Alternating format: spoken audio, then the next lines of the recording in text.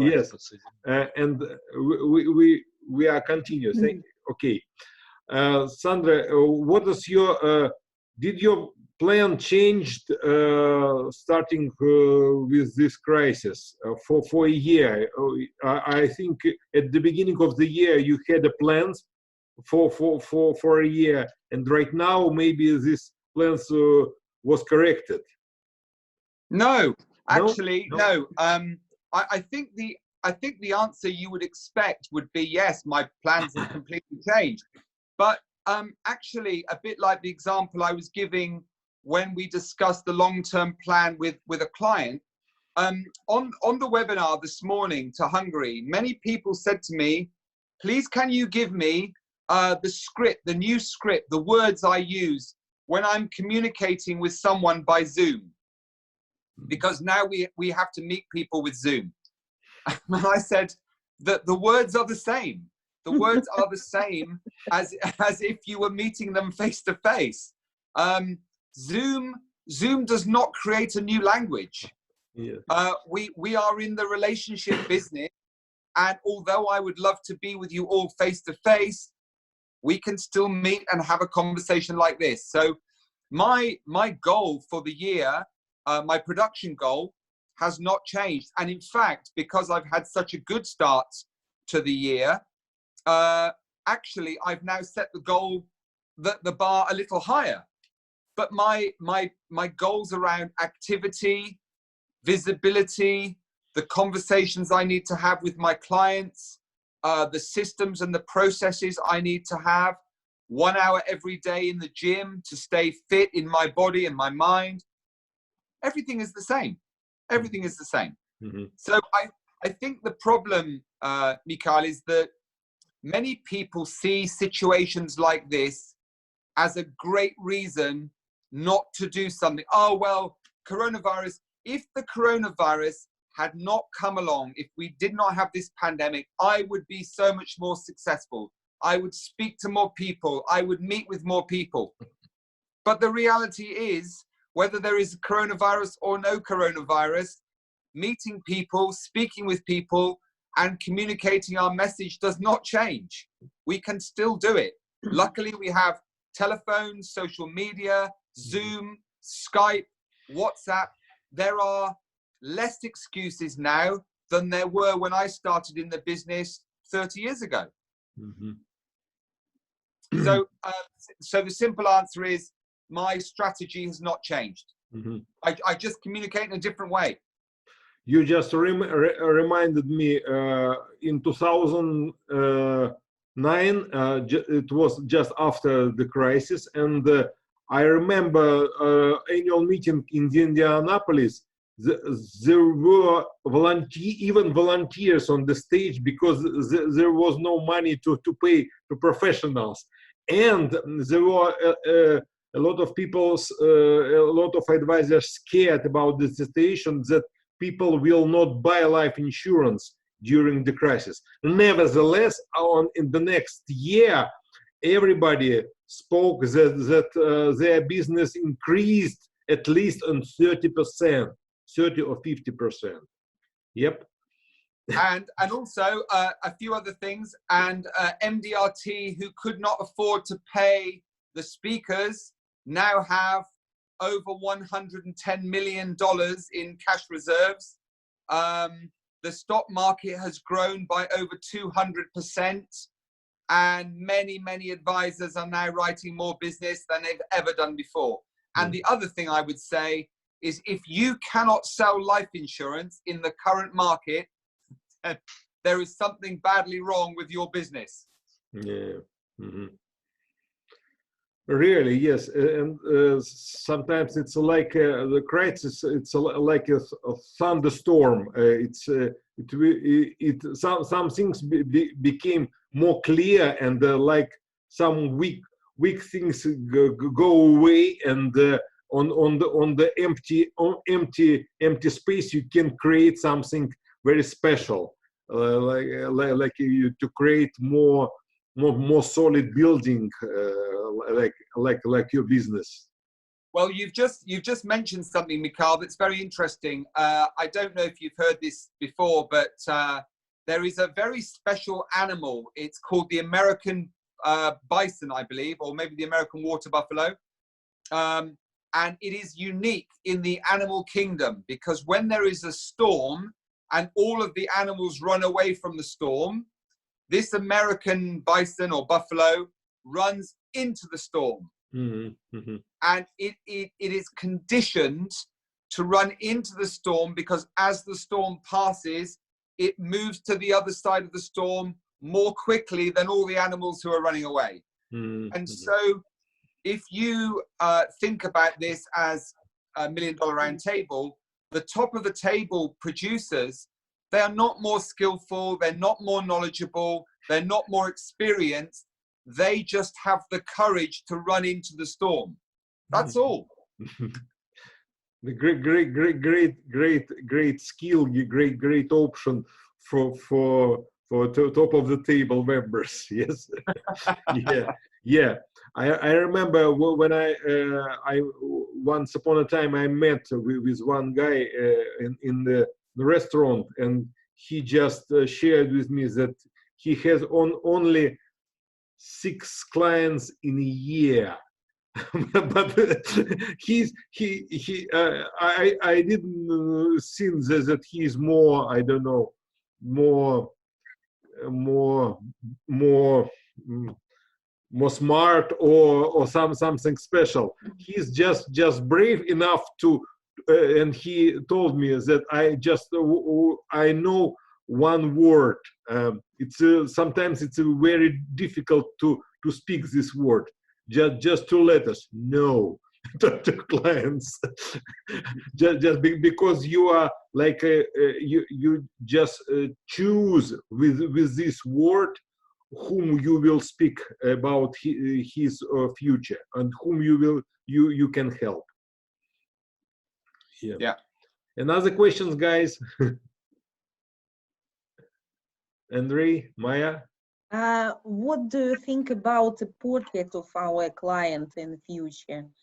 I mean, the portrait of target audience. It will be changed or it will change very soon. What do you think about it? Our clients will be other, or it will be the same people? It depends. It depends from the target audience of every advisor. But all of us usually work with some exact people. For example, it's 2 or 3 types of people which are our favorite clients, favorite audience. What about this portrait of audience or target audience in the future, in the soon future? Maybe in yeah, I don't think the audience will change. As I said before, the world is not suddenly a different place. We all have the same needs as before. Many companies, of course, now will be financially finding things a little bit financially difficult. But to repeat what I said, which I think is a very important message, even executives, even business owners will have professional people who are looking after them, who are supporting them. Lawyers, accountants, maybe financial advisors, bankers. These are all the people who they cannot reach right now. They're not being proactive. So I think that if you want to build a new target audience, if you want to move into the corporate market, as many advisors tell me they want to do, this is a really good time to start to build those relationships. Because if a business owner sees you giving your time, helping them to understand what financial support they can get from a government or from a from another party, or they just need some advice without buying a product, it generates a lot of goodwill, and it builds a great relationship that then creates a foundation for you to speak to them when the good times return. As I mentioned, financial advisors are very good at knocking on the door when times are good. You know, if the stock market has just risen by 10% in the last 12 months, it's really easy to have a conversation with people. Mm-hmm. But then you are just in a line with 50 other financial advisors. Really? Mm-hmm. At the moment, if you are the one knocking on the door, you are the only one knocking on the door. Mm-hmm. And you can remind these people, business owners, families, institutions, charities, you can remind these people, when the times were bad, I was there. Because when the times are good, we're not different to anyone else. Yes. So I don't think the target market needs to change, but if you want to change your target market, this is a great time to connect with them. Yeah, I agree. Yeah, thank you. Okay. Actually, it's a good idea. Of course. Well, you just sell yourself on the basis that your business is unique in Russia, because in your experience, when all the other financial advisors are hiding, you are on the streets, you are building the relationships, you are providing help and support. That is everything I would want a financial advisor to be. If I was running a business, I would want to know they were there for me in the good times and the bad times. Mm-hmm. But by the way, Sandro, deep inside you, are you introvert or extrovert? That's a very good question. Yeah, and it is one that I've never been asked before. It's the first time I've been asked that question. Now, it might surprise you to know that deep down inside, I'm probably quite introverted. I'm actually quite shy. I find having one-on-one conversations sometimes quite difficult. And since my father passed away when I was very young, I have been given this burden of looking after the family. So sometimes I deal with all my own problems, and I become very introverted, very quiet, very thoughtful. And I think the reason why I have been successful in my business and as a speaker is because I need the extrovert to protect the introvert. Yeah. So my question was like that because I have the same experience, and moreover, me and Maya know one guy who speak about himself that he is initially introvert, but right now he's a great networker. He create a lot of conferences and a lot of events around him, and he in private speaking he shares that his introvert protect his extrovert like this, really. But my experience is I first at school I liked mathematics, I liked physics, I like to analyze something, not speak with, not negotiate. But in a few years I met the group I need to socialize, and I met a group of folklore singers, Cossacks, Russian Cossack songs. And just imagine singing, it's like you are on the stage, you are singing and you show yourself. It's a very interesting experience. Well, many actors and famous entrepreneurs are introverts. It's an interesting combination. But that was a good question. I've never been asked that one before. Mikhail, I need to let you know that on the subject of MDRT, I do have a call with MDRT at past, so in about five minutes. Okay. Do we have another question, Andrei? Will you? Yes, one serious, one light-hearted, but very quick ones. Sandra, what do you think about robo-advising and the fact that one way or another our industry is getting more or less automated? Is there are we going to sort of survive, or how are we going to transform? Because we're not you know, product forecasters or broadcasters anymore. You know, we have to be personal advisors, I guess, because the product broadcasts itself over the internet. Yeah.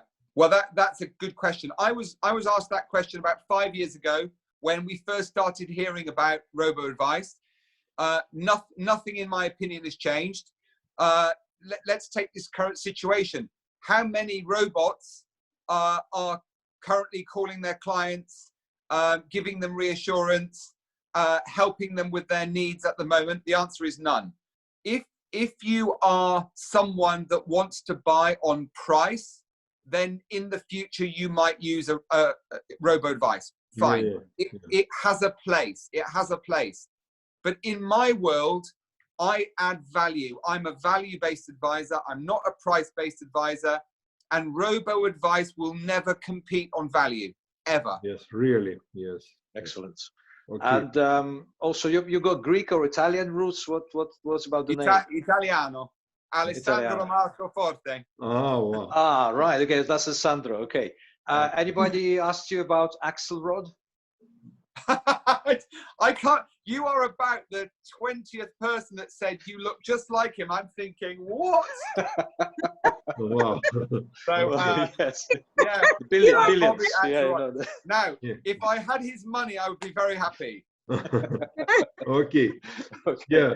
So, dear Sandra, thank you very much for being with us during this time, and thank you for your great pieces of advice. And I wish you a very good news in your nearest life and in your practice. And please say hello to our MDRT friends. Thank you, and to all of you.